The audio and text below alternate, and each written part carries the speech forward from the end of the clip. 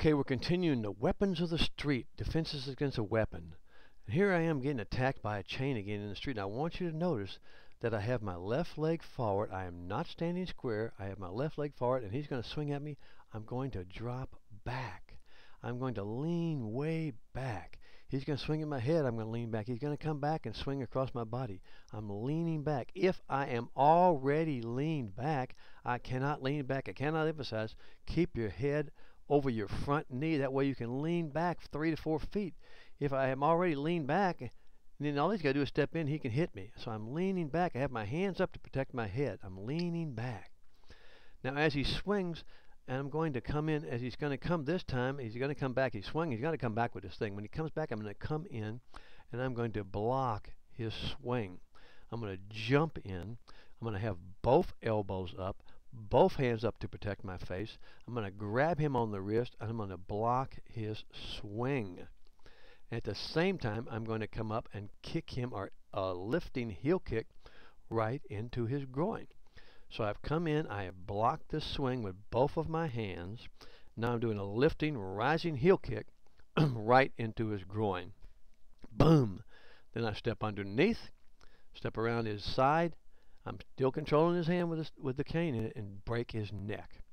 So when I double come in here and I double block, I have both hands up to protect my face. I'm double blocking. At the same time I'm double blocking, I'm coming in and I'm kicking him right in the groin, lifting my leg. Just lift your leg up hard, and I'll catch him right in the groin, folks. Then I'm going to step to the outside, come around, control his hand, pull him over. He's already got me leaned over because I kicked him in the groin. Then I'm going to break his neck with a hard, vicious chop. This will finish the fight, folks. He's not going to attack anybody else with a cane for a long time, or with a chain, because I just broke his neck. Alright, here I am again. He's swinging at me. I have leaned back. See how I'm leaning there? And see how I'm stretched out? I was on my front foot. I leaned back. Now he is in for big trouble. Before he can come back with that for another swing, I'm going to come up with my front leg, kick him right in the jaw.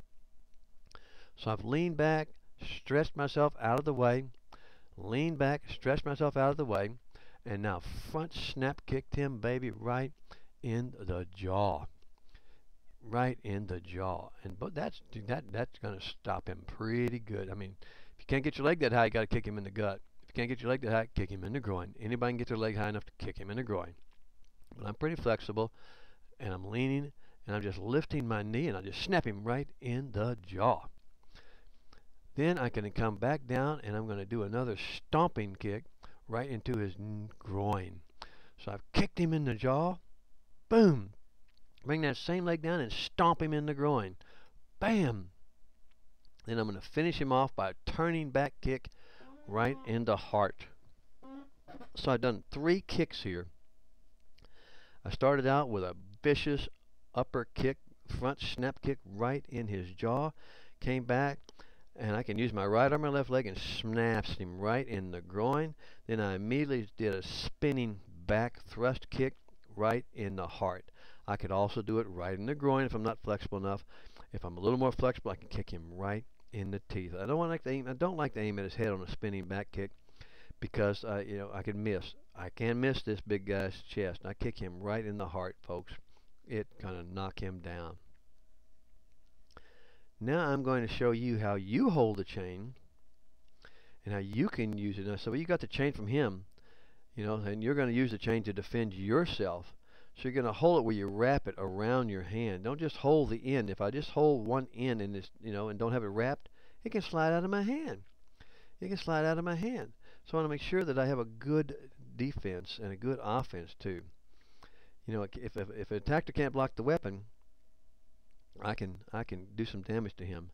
So here's what I want to do. I want to aim, instead of aiming at his head like he was trying to do with me, because he doesn't know how to really fight with a chain. He's just a punk trying to get some easy money or attack some innocent person. I'm going to take his chin, I'm going to swing it right into his groin, right into his ribs, right into his belly. I'd like to hit him right in the groin with it, but hit him right in the ribs. And then I'm going to take that chain up and wrap it around his neck. I'm going to go pow. I'm going to circle my arm, like this, just like that. Circle my arm over his head, wrap that chain around his neck, folks. Now I'm going to reach up and crisscross my hands. I'm going to cross my hands around his neck, and I'm going to take that chain and twist it. So when I wrap it around his neck, look, I have one hand on top, one hand on the bottom. I'm going to take that chain and I'm going to twist it. There's not very many defenses he can do. When I wrap it around his neck, take the chain and twist it. You see him there trying to grab it. He can't grab it off. I've got it in there too tight. He cannot grab it off. I've got the chain in there too tight. I can even put my hand up there. I'm leaning over on my knee and choke him out, but the twisting is what gets him. So I'm not just wrapping it around his neck. I'm taking it and twisting it. It's going to choke him unconscious. He's going to be one dead dude, and he shouldn't have been attacking me, trying to kill me in the streets. Here, he's going to try and attack me. He's got a knife or something in his hand. He punches or stabs at me, and I take a kick, and I want to keep him away, so I kick him. Now, he doesn't know that I got a chain, but he's about to find out the hard way. I'm going to take that chain and flip it over his head, just like a big old lasso. I'm going to hold both hands and just wrap it, flip it over his head. Flip it over his head. I'm not going to try and let go of one end and throw it around his head. I am going to take it and flip it over his head, and then I'm going to yank his head down with the chain. So I flipped it over his head. I'm going to yank his head down with the chain and smash my knee right into his face. So I kicked him in the gut. Oh, that's going to bend him over. Now I flip it over his head. Take my hands and yank it. When they have a big chain around the back of your neck or even a rope, he is not going to like it. I'm going to yank his head down and smash my knee right into his face. That's going to tend to take him right out of his desire to continue to fight. Here I'm finding somebody who thinks he knows what he's doing. I swing at him and he steps back. But I was actually using that as a setup. He stepped back, but as you can see, he's not doing it quite right. He's stepping back by leaning here, and he has his leg forward. I stepped back, I had my whole body back. He's leaning over his right leg, his left leg actually. So now I can take the chain and flip it around. Just take it and swing the end of it and flip it right around his ankle. Take it, I swung at him, and I just come down to my knee, flip it right around his ankle, and yank up on it. The chain's going to lock, and then it's going to just yank his foot out right from under him. So you take that chain and just flip it. You go, whoop, it'll flip right around his ankle. Boom, I lift up. It's going to lock. It's going to pull him, smash him right on the ground. And believe me, it works. The chain just has a tendency to wrap around and lock. It just gets tangled up. It wraps around him and locks. But I want to make sure that he doesn't get up and get mad. So I want to point out to him that it's hard to get mad when you ain't got no groin. So I want to stomp him right in the groin. I've swept him on the ground by yanking his leg out from under him by having that chain there. Now I'm going to stomp him right in the groin. That's going to finish the fight, folks. I'm going to win. He's going to lose. I've saved my life. He doesn't get to molest or attack innocent people anymore. Now we're going to learn some bottle defenses. This punk has actually broken a bottle off, and he's going to stab me in the face with it. Now, this one requires a little bit of practice, that you've actually done stuff before. So he's going to punch me. I'm going to drop back, lean back over my back foot, my back leg, stretch back, and at the same time keep my other hand up to protect my face. If I had to, I'd stick my hand in front of my face and let him stick that bottle in my hand rather than stick me in the face with it. Then I'm going to block it with a palm heel right at his wrist. So I've leaned back, I've blocked it with a palm heel right on his wrist. Now from here, I'm going to set him up with a vicious side kick. When I blocked it with that palm heel, I grabbed his arm and I stretched it out. And let me tell you something, when I stretch your arm out, I have complete control over you. Now I can do a vicious side kick. Bam, with the heel, and I'm wearing cowboy boots, folks. I'm going to do a vicious side kick with my heel. Bam, hit him right in the ribs. It's going to break all his ribs. I'm telling you, I can break 3 inches of wood with my side kick. If I'm holding your arm out and I got that lever so I can pull you, and you expose your ribs, and I do a side kick into your floating ribs with my heel with a boot, I'm breaking 3 or 4 of your ribs, folks. But I want to make sure you don't want to continue to fight after with broken ribs. You might be brave. I'm going to now continue to just drop and spin and back kick him right in the groin. So first of all, I broke his ribs. That tends to put him out of the fight, but just to make sure, I'm going to use all my momentum, come around and back kick him right in the groin. That will finish him, folks.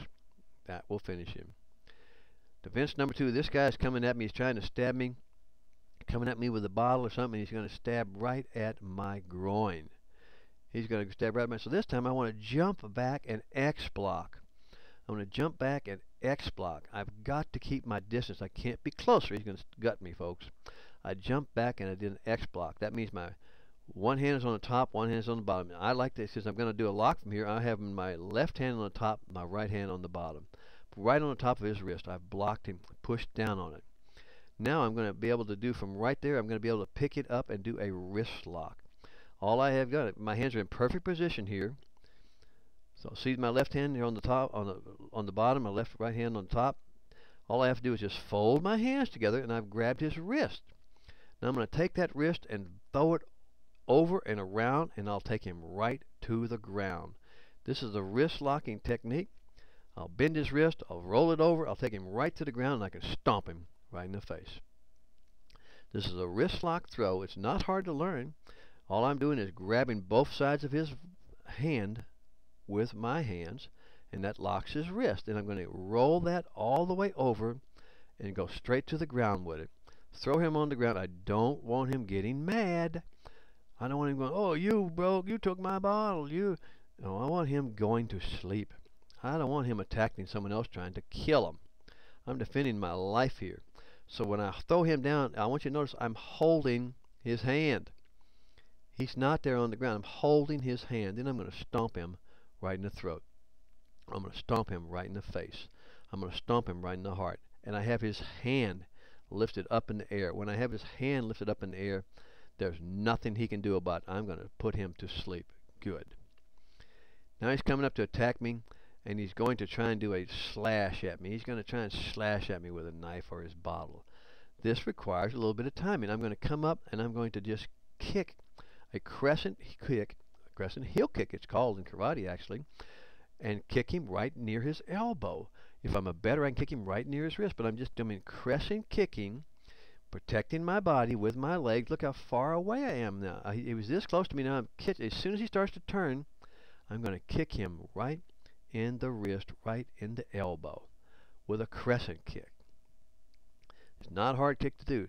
And then I can take that same kick and it'll press it down. When I kick it, I'm going to press him down because the momentum of the kick is going to just hit him and it's going to press his leg towards the ground.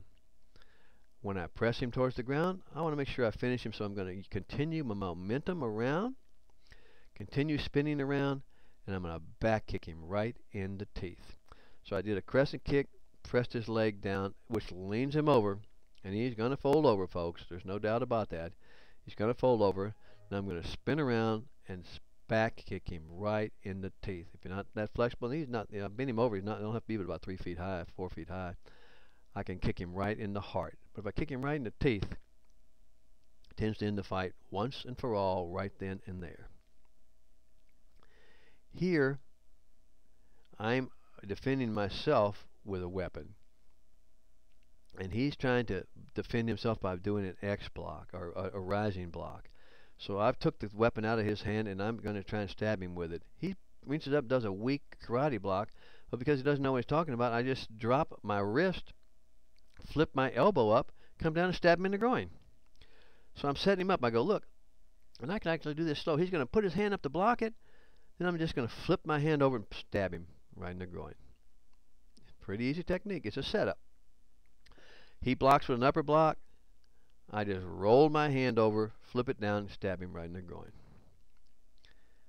Here he's attacking me with a right punch. He's got a weapon in it, or he doesn't have a weapon in it, and I have a weapon in my left hand, in my right hand. So he's swinging at me with his weapon. I block it with a rising head block. Then I'm going to hold him by grabbing his forearm, and I'm going to reach up, and I'm going to cut the back of his hand open. Look at the back of your hand and wiggle your fingers. You see these little tendons going all along the top of your hand. When I cut those tendons open, folks, he can no longer close his fist. He can no longer use his fingers. I have disabled him. I can do whatever I want from here because he's only got one hand to fight with now, and he's in a lot of pain and he's bleeding too. So I block it, then I reach over and take my knife or my bottle, and I just cut open the back of his hand. And if you'll wiggle your fingers here, you can follow along with me. Those are all tendons on the back of your hand. That's what makes your fingers move and close. I just cut them open. Now he can't use that hand anymore.